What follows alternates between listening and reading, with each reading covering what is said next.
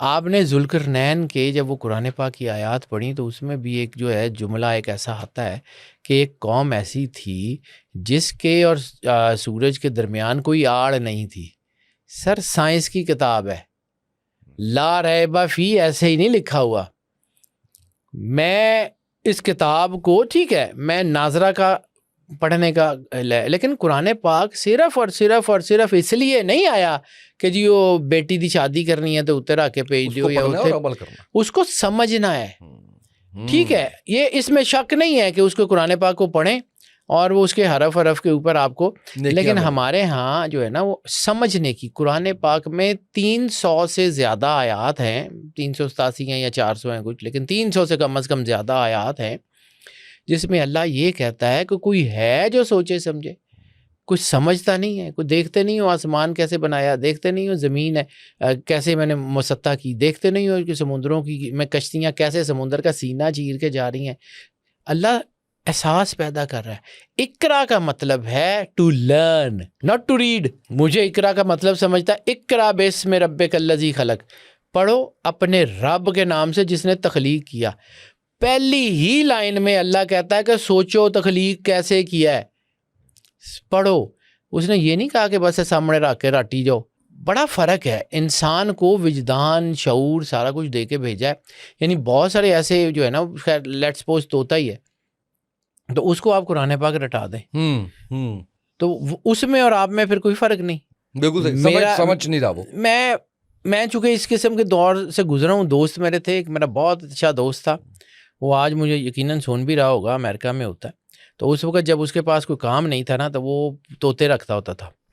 تو اس نے اس وقت ایک بہت شاندار قسم کا ایک پیرٹ کا جو ہے وہ پیئر لیا, بالکل بچے, اور ان کو اس نے ایک اندھیرے فلیٹ میں رکھ کے صرف اس کے چاروں طرف سورہ یاسین چلانی شروع کر دی.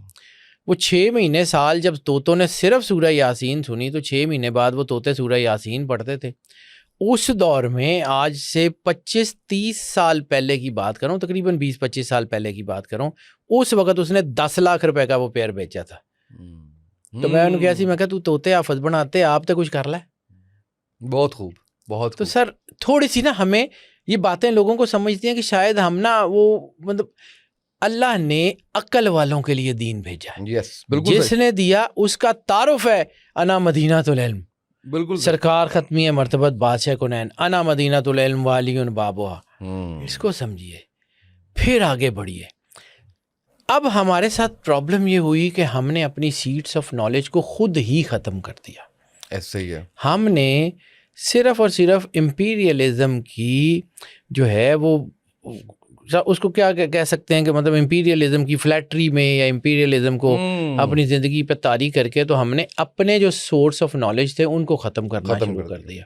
سوچنے سمجھنے کی صلاحیت, اس کی وجہ سے ہماری چیزیں خراب ہوئی نا. بالکل صحیح ہے. اچھا حیدر بھائی بالکل ٹھیک ہو گیا, بڑے اچھے سے آپ نے جو ہے وہ یہ والی بات بتائی. اب ایک تو آپ نے جیسے ایٹمی اس کا بتا دیا کہ وہ آیا کھڑا ہے, یعنی وہ ہونا ہے, وہ اس کا آپ نے مجھے لگتا ہے آگے اللہ کی مرضی, کیونکہ اصل میں سب سے بڑا خوف کیا ہے؟ موت کا. یس ٹھیک ہے. اور قرآن کس سے آزادی دیتا ہے؟ موت ہی کے خوف سے. واہ واہ واہ, بہت خوب. قرآن آزادی کس سے دیتا ہے؟ موت کے خوف سے. وہ کہتا ہے کہ موت جو ہے وہ تو اگلے جہان میں جانا ہے. موت تو بڑی خوشی ہے. ینتقلون من الدار الی الدار, ایک گھر سے دوسرے گھر میں منتقل ہوتے ہیں.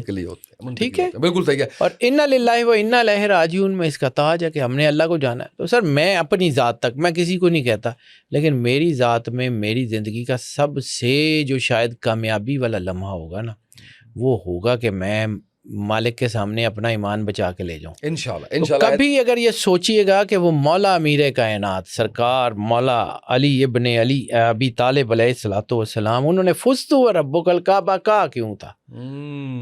اس کے پیچھے پوری کائنات. اچھا حیدر بھائی, اب کرنٹ سینیریو میں آپ کو کیا لگ رہا ہے, یہ جو صلح ہو رہی, جو صفائی ہو رہی, جو دنیا کی سپر پاور امریکہ, اس کے ڈاؤن فال کی باتیں آ رہی ہیں, ادھر سے چائنا جو ہے وہ بڑا ابھرتا ہوا نظر آ رہا ہے, ادھر سے اسرائیل کی جو چلاکیاں اور جو ہے اس کا گریٹر اسرائیل کا خواب, وہ پھر انڈیا کا کہنا کہ ہم بھائی ہیں, ہم سگے بھائی ہیں, یہ سارا ذرا اس کو بھی تھوڑا سا ذرا بیان ضرور کیجیے گا. اور ایران کی مضبوطی اور ایران نے جس طریقے سے اس جنگ میں اپنا آپ دکھایا, اس کی بھی مثال نہیں ملتی. سر ایسے ہی ہے, رسالت مآب سرور صلی اللہ انبیاء علیہ صلی اللہ علیہ وآلہ وسلم نے کئی حدیثوں میں اہل فارس کے بارے میں بات کی ہے. ہم صرف اس لیے کہ جی وہ ایران چونکہ وہ شیعہ کہنے تے اسی انہاں دی گل نہیں کرنی. سر ثابت کر دیتا ہے کہ سر ایمان دے ہوتے جڑا ہے وہ قائم رہنا. فلسطینی سنی ہے ان کے ساتھ کون کھڑا ہوا؟ صرف ایران. واہ. ٹھیک ہے چلیں یمنی ہے ادھر صومالیہ اور سوڈان میں کس نے مدد کی؟ ایران نے. باقیوں نے تو بندے مارے. اب ہم صرف اس لیے کہ جی تو میرے بارے میں یہ بھی کہا جاتا ہے کہ جی اس کو سفارتی اداب نہیں ہے. تو سر میں صرف ایک سفارت نوں جاندا ہے انہوں میں جا کے جواب دینا باقی میں جانتا ہی نہیں ہوں کسی کو. سیدھی سی بات ہے مجھے کوئی بھاری نہیں ہے. تو میرے لیے سب سے زیادہ جو آسان چیز ہے وہ دنیا سے جانا ہے. تو مجھے اور کسی کا ڈر رہتا ہی نہیں ہے. بہت اچھے. مجھے اور کسی کا ڈر رہتا ہی نہیں ہے. ٹھیک ہے جی اس سے زیادہ اور کیا کر رہیں گے. بہرحال to come to the point کہ ہم مسلمانوں نے نا اپنے دین پہ پیرا نہیں دیا. اس میں اپنی ذات کو شامل کرتا ہوں. میں اپنے آپ کو اس میں سے نہیں نکالتا. بحیثیت مسلمان بحیثیت ملت اسلامیہ سرکار ختمی مرتبت سرور انبیاء صلی اللہ علیہ وآلہ وسلم بادشاہ کونین کا فرمان ہے کہ مسلمان ایک جسم کی طرح ہیں اور ایک حصے کو تکلیف ہو تو دوسرے حصے کو درد محسوس کیے بغیر وہ نہیں رہ سکتا. لیکن ہمیں تو نہ غزہ کا درد ہوتا ہے نہ لبنان کا نہ ہمیں صومالیہ کا نہ سوڈان کا نہ کشمیر کا نہ ہمیں جو ہے وہ ادھر میانمار کا یمن کا عراق کا. ہمیں تو کسی کا درد ہی نہیں ہو رہا. تو اس کا مطلب کیا ہے؟ نعوذ باللہ نعوذ باللہ نعوذ باللہ سرور انبیاء صلی اللہ علیہ وآلہ وسلم بادشاہ کونین کے لفظوں میں کوئی ایسا مسئلہ ہے یا ہماری ملت کو کوئی ٹرینکولائزرز ایسے لگ گئے ہیں کہ ہم سن ہو گئے ہیں ہمیں درد ہی نہیں احساس ہو رہا. آپ نے مجھے صلاح الدین ایوبی یاد کروا دی ہیں جنہوں نے اس وقت کا بتایا تھا کہ یہ ٹرینکولائزر لگیں گے آپ کو. اور ٹرینکولائزر بھی بتائے تھے کون سے تھے سر. ایسے ہی ہے. علامہ محمد اقبال کو ہم نے پڑھنا چھوڑ دیا.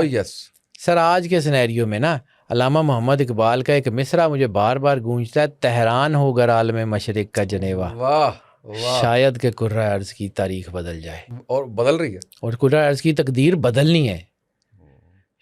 شاید کہ کرۂ ارض کی تقدیر بدل جائے. علامہ اقبال نے ہمیں سارا کچھ بتایا ہوا ہے ہم نے پڑھا ہی نہیں. علامہ اقبال نے مارچ 1907 ایک نظم ہے بانگے درا میں وہ زمانہ آیا ہے بے حجابی کا عوام دیدار یار ہوگا. ذرا وہ پڑھیے گا اس میں کیا کیا ہے. بالکل صحیح. ہمیں تو بالکل ہے. اور مسلمانوں نے اکٹھے ہونا ہے. میرا ایمان ہے میرا یقین ہے کہ مسلمان ایک دن اکٹھے ہو کے بہت بڑی طاقت بنیں گے کیونکہ اللہ کا وعدہ ہے اس کتاب میں جو لا ریب فیہ ہے. انتم العالون والی جو آیات ہے نا اس میں اللہ نے لکھا ہوا ہے کہ اگر تم پرہیزگار ہوگے تو تم ہی غالب آؤ گے. تو مسلمانوں نے غالب آنا ہے. ایک میں صرف لائن بتا دوں آپ کا سوال لیتا ہوں میں. بڑا امپورٹنٹ سوال. سرکار ختمی مرتبت سرور انبیاء صلی اللہ علیہ وآلہ وسلم کی ایک حدیث ہے اسی جنگ کے بارے میں اسی 7 سال کی بڑی جنگ کے بارے میں. سرکار نے کہا ہے دنیا 3 حصوں میں تقسیم ہو جائے گی. دنیا کا ہے مسلمان نہیں کا. دنیا 3 حصوں میں تقسیم ہو جائے گی جب یہ جنگ ہوگی. ایک وہ جو اس جنگ سے بھاگ جائیں گے وہ پست ایمان کے لوگ ہوں گے اور اللہ ان کی توبہ کبھی قبول نہیں کرے گا. دوسرے وہ جو اس جنگ میں شہید ہو جائیں گے وہ افضل الشہداء ہوں گے.